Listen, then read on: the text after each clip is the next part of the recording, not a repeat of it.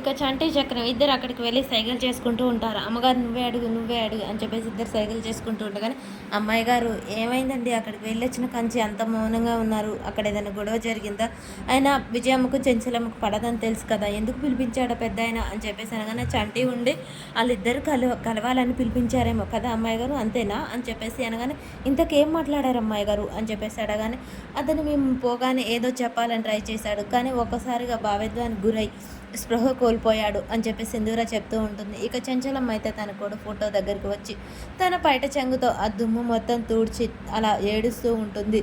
కన్నయ్య కన్నయ్య అనుకుంటూ ముఖం మీద ఉన్న దుమ్ము మొత్తం తన పైట చెంగుతో అలా తుడుస్తూ ఉంటుంది.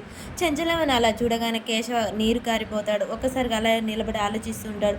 ఈ కార్తికేయ మన బిడ్డ కాదు, విజయమ్మ బిడ్డ అని తెలుస్తూ నువ్వేమైపోతావో, మన బిడ్డ ఎక్కడో బ్రతికే ఉంది, కానీ ఎక్కడో ఈ పాతికేళ్ళు దూరంగా ఉన్నాడంటే నువ్వు ఎలా బాధపడతావో, ఎలా బాధిస్తావో చెంచలమ్మ, నేను నిజం తెలిసి కూడా చెప్పలేకపోతున్నాను, నన్ను క్షమించు చెంచలమ్మ అని చెప్పేసి మనసులోనే ప్రాధేయపడుతూ ఉంటాడు.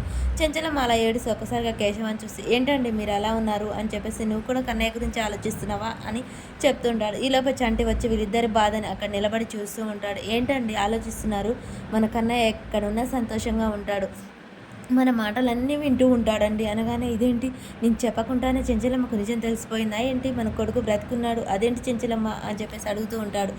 మన మాటలు వినటం ఏంటి చెంచలమ్మ అని చెప్పేసి కేశవ భయపడిపోతూ ఉంటాడు. నిజం ఎక్కడ తెలిసిపోయిందో చెంచలమ్మకు అన్నట్టు భయపడి అలా అనుమానంగా అడిగేసరికి చెంచలమ్మ ఒకసారిగా అంటుంది, ఏంటండి అలా చూస్తున్నారు, మన కన్నయ్య స్వర్గంలోనే ఉంటాడు కదా, స్వర్గంలో ఉన్నప్పుడు సంతోషంగా ఉంటాడు కదా, మన గురించి ఆలోచిస్తాడు, అందుకే అన్నాను అలా అనగానే అవునా సరే నేను బయటికి వెళ్తున్నాను ముఖ్యమైన పని మీద అని చెప్పేసి చెంచలమ్మకి చెప్పగానే సరేనండి అని చెప్పేసి అంటూ ఉంటుంది. ఇక కేశవ మాత్రం అదే విషయాన్ని ఆలోచిస్తూ అక్కడికి వెళ్తూ ఉంటాడు. చెంచలమ్మ మాత్రం కొడుకు ఫోటోనే చూస్తూ బాధపడుతూ అలా కన్నయ్య నువ్వు ఎక్కడున్నా సంతోషంగా ఉండాలి కన్నయ్య అని చెప్పేసి బాధపడుతూ ఉంటుంది. చంటి ముఖ్యమైన పని అనగానే ఎదురు రాకూడదని పక్కకు పోయి నిలబడతాడు. కేశవ అక్కడికి వచ్చి చంటి పక్కకున్న చంటి ఒకసారి లారా ఎదురురా, నేను ఒక ముఖ్యమైన పని మీద వెళ్తున్నాను అని చెప్పేసి అంటాడు.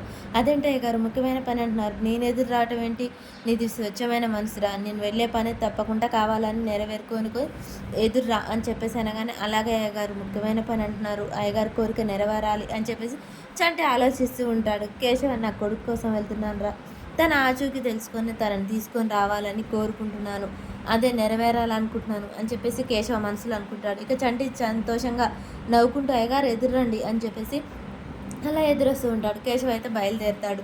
ఇక చంటి సంతోషంగా నవ్వుతూ ఉంటాడు. మరి ఆ మంత్రస్థానం దగ్గర పెరిగిన చంద్రగిరిలో ఉన్న ఈ చంటే ఈ కేశవ కొడుక, అసలు ఏం